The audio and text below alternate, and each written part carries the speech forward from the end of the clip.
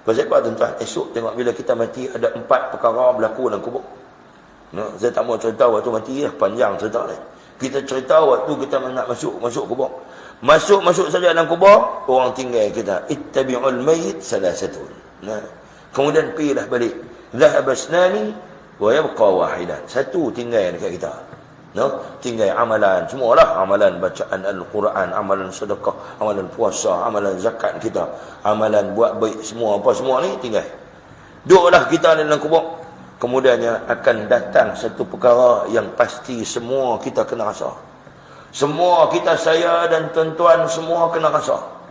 Kecuali Nabi-Nabi dan Rasul dan orang-orang tertentu pilihan Allah tak kena ni. Apa dia? Zammatul qabr, Nabi kata. Semua orang akan kena satu benda, satu perkara yang mereka ni kena melalui proses tersebut, iaitu mereka akan dihimpit oleh kubur. Kubur akan himpit kita.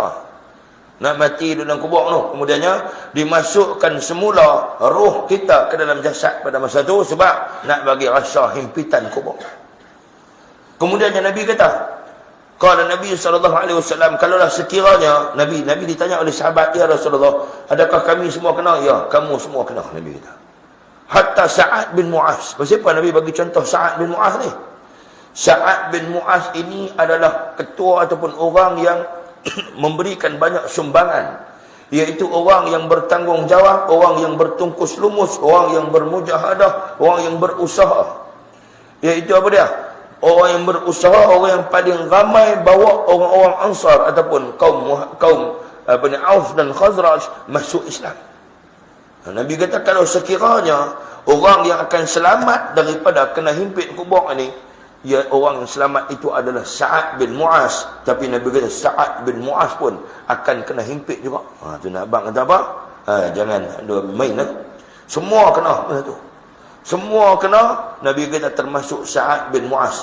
Dan pada ketika meninggalnya Sa'ad bin Mu'az, turun malaikat. Nabi kata 70,000 para malaikat bersama dengan kita sekarang ini untuk ziarah dan kemudiannya untuk mengiringi jenazah Sa'ad bin Mu'az.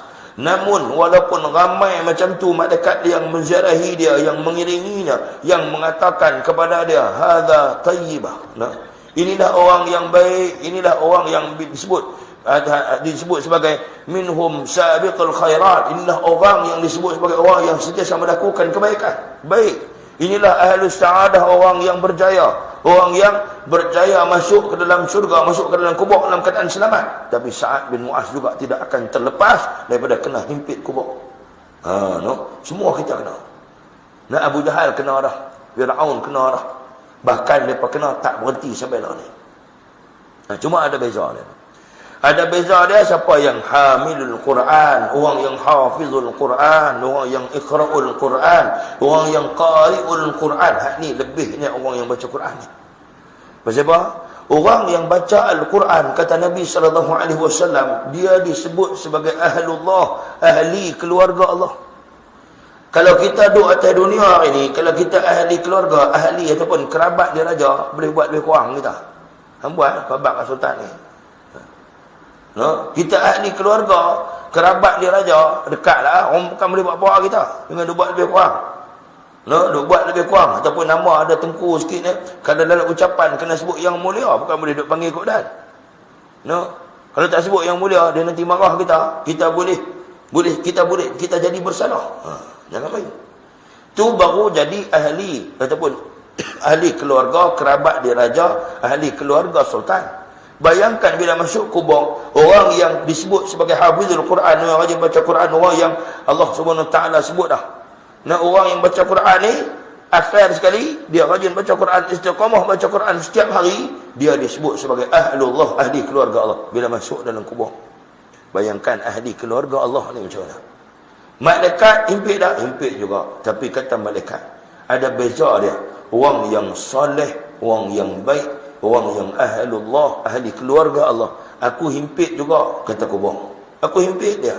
Tapi himpitanku ialah umpama seorang ibu yang sedang memeluk bayinya, memeluk anak kecilnya. Itu dia. Sebab tu orang suruh baca Quran. Tapi siapa yang mereka ini lalai, tak baca Quran, duk buat ketegak, duk baca WhatsApp banyak, dipanggil ahlul WhatsApp, bukan ahli keluarga Allah. Ahlu TikTok, ahlu WhatsApp, ahlu Facebook, masuk dalam kubur. Pasal apa kena himpit tak montir-montir ni? Kan? Baca WhatsApp banyak pada baca Quran. Kena himpit lah. Jangan marah lah. Kita baca Quran banyak mana? Baca WhatsApp banyak mana? Tengok Facebook banyak mana? Tengok TikTok banyak mana? Tengok TV banyak mana? Jadi kita bukan ahli keluarga Allah. Kita ahlu TV, ahlu WhatsApp. Tambah dah ni. Ahlu Maidin, ahlu Tesco, ahlu macam-macam ahlu dah ni. No? Jadi kita bukan ahli keluarga Allah. Jadi kita duk buat heran, duk pelik apa? Orang yang masuk kubur ketika datangnya dan ketika nak dihimpit itu, maka dia disebut sebagai ahlullah. Sekali saja kena himpit. Kena himpit sekali, stop, tak himpit dah sampai hari kiamat. Tapi orang yang maksiat, dia akan dihimpit daripada pagi sampai subuh ni, lepas subuh ni sampai zuhur, daripada zuhur sampai asar, daripada asar sampai maghrib, daripada maghrib sampai isyak, berlarutan sehinggalah hatta yaqimu rabbuka sa'ah, sehinggalah Allah suruh malaikat tiup sangkakala. Kita ambil contohlah lah ni. Terus ambil lama, ambil setengah minit dah. 30 saat kan, mai 5 orang luku kita ni, 30 saat luku. Jangan monti, luku betul-betul 30 saat. Puasan kena luku yang kelima, kita mengamuk dah, rimbuk dah kawan-kawan ni. Macam apa? Tak tahan, sakit. Baru luku kepala. Bayangkan kalau kena azab, kena himpit kubur sepanjang-panjang tu duk kena himpit ni. Pagi sampai petang, petang sampai malam, sampai pagi esok balik. Betul kita kena ingat tuan-tuan, kita kena masuk satu alam. Itu alam barzakh yang kita akan melalui proses tu. Yang pertama apa dia? Zammatul qabr.